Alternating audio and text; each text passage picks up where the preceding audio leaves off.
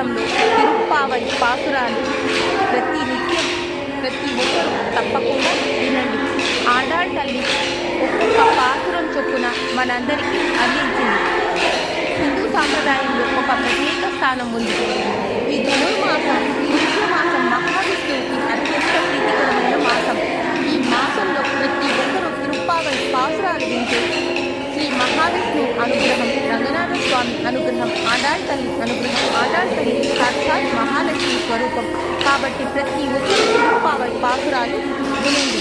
ఈరోజు అంటే శనివారం చాలా విశేషం.